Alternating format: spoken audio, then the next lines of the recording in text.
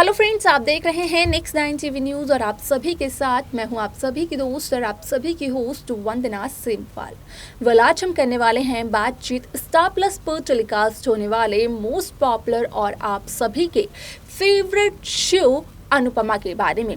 आज हम इस शो के बारे में कुछ खास बातचीत करने वाले हैं, तो वहीं इस शो से जुड़े हुए कुछ ऐसे राजों का खुलासा भी आप सभी के सामने मैं करने वाली हूं, जो कि जल्द ही मेकर्स आप सभी के सामने टेलीकास्ट कर सकते हैं। असल में शो अनुपमा की अगर बात की जाए तो यहाँ पर आप सभी को कई सारे ऐसे किरदार देखने को मिले जो कि अनुपमा के खिलाफ थे। यहाँ पर अगर पहले किरदार की बात करें तो वो मालती देवी का नाम आता है, क्योंकि मालती देवी ने तो अनुपमा से दुश्मनी मोड़ ली है। मालती देवी से पहले अनुपमा की शादी जब अनुज कपाड़िया से हुई थी, तो जब अंकुश और बरखा की हुई थी शो में एंट्री, तो यहाँ पर बरखा भी कहीं ना कहीं अनुपमा के खिलाफ नजर आई। लेकिन जब अनुपमा ने डिम्पल की शादी अपने छोटे बेटे समर शाह से करवाई, तो उसके बाद डिम्पल ने तो शाह हाउस में सभी सदस्यों के साथ बदतमीजी की, लेकिन यहाँ पर समर भी कहीं ना कहीं डिम्पल की भाषा बोलने लगा।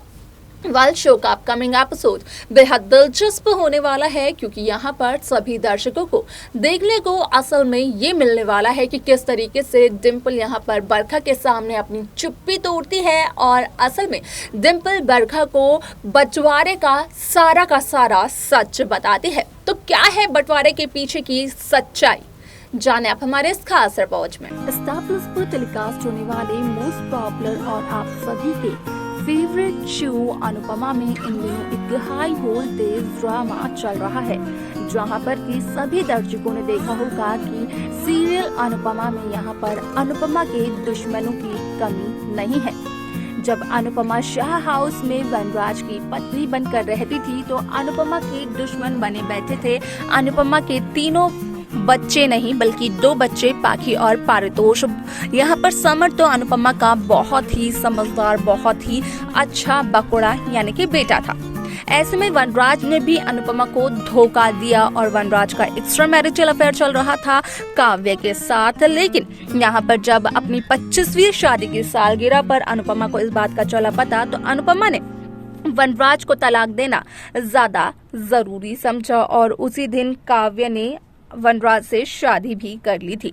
अब ऐसे में शो का अपकमिंग एपिसोड बेहद दिलचस्प होने वाला है, क्योंकि शो के आगे के एपिसोड, आगे के ट्रैक में सभी दर्शकों को देखने को मिलने वाला है कि किस तरीके से यहाँ पर डिम्पल और समर शाह हाउस के बाकी सदस्यों को, खास तौर पर बापूजी और पारितोष को इस बात के लिए ब्लेम करते हैं कि आज अगर नौकरी गई है और यहाँ पर मालती देवी ने उनसे उनकी नई गाड़ी वापस ली है, तो सिर्फ और सिर्फ इन तीनों की वजह से। और जो सबसे बड़ा कारण है वो तो है अनुपमा। यहाँ पर अनुपमा जो मालती देवी के पास गई थी और अनुपमा ने ना जाने क्या कुछ मालती देवी को कह दिया, लेकिन उससे पहले वनराज शाह मालती देवी के पास गए थे और उसे धमका कर आए थे। यानी कि यहाँ पर डिम्पल का ये कहना होता है कि डिम्पल और समर की खुशियों से, उनकी तरक्की से जलते हैं सभी लोग। अब ऐसे में शो का अपकमिंग एपिसोड बेहद दिलचस्प होने वाला है, क्योंकि जिस तरीके से आप सभी ने एपिसोड में देखा कि यहाँ पर अनुपमा कर देती है घर का बंटवारा, जहाँ पर कि अनुपमा पहले तो बापूजी से पूछते हुए नजर आती है कि बापूजी का घर है तो वो जो भी फैसला लेंगे सभी को वही मानना पड़ेगा। लेकिन यहाँ पर बा और बापूजी दोनों के दोनों अनुपमा को ये जिम्मेदारी देते हैं और कहते हैं कि वो जो कुछ भी फैसला लेगी वो सही होगा। इस बात का उन्हें बखूबी पूरी तरीके से यकीन है। अब ऐसे में आप सभी को बता दें कि शो में आप सभी को ये तो देखने को मिल ही चुका होगा कि किस तरीके से शाह हाउस का बंटवारा हो चुका है, जहां पर कि ये बंटवारा खुद अनुपमा ने किया है सिर्फ और सिर्फ डिम्पल समर शाह की वजह से। यहाँ पर जब घर का बंटवारा हो रहा था तो समर ने एक शब्द भी नहीं कहा और यहाँ पर वो बात अनुपमा को बेहद बुरी लगी। यहाँ पर अनुपमा का कहना ये भी था कि डिम्पल को भी पता होना चाहिए कि आखिरकार मार्केट में दाल, चावल और आटे का क्या भाव है।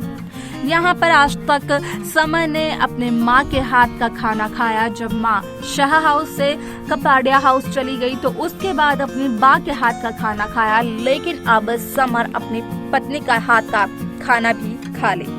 तो वही शायद से डिम्पल और समर दोनों के लिए अच्छा होगा।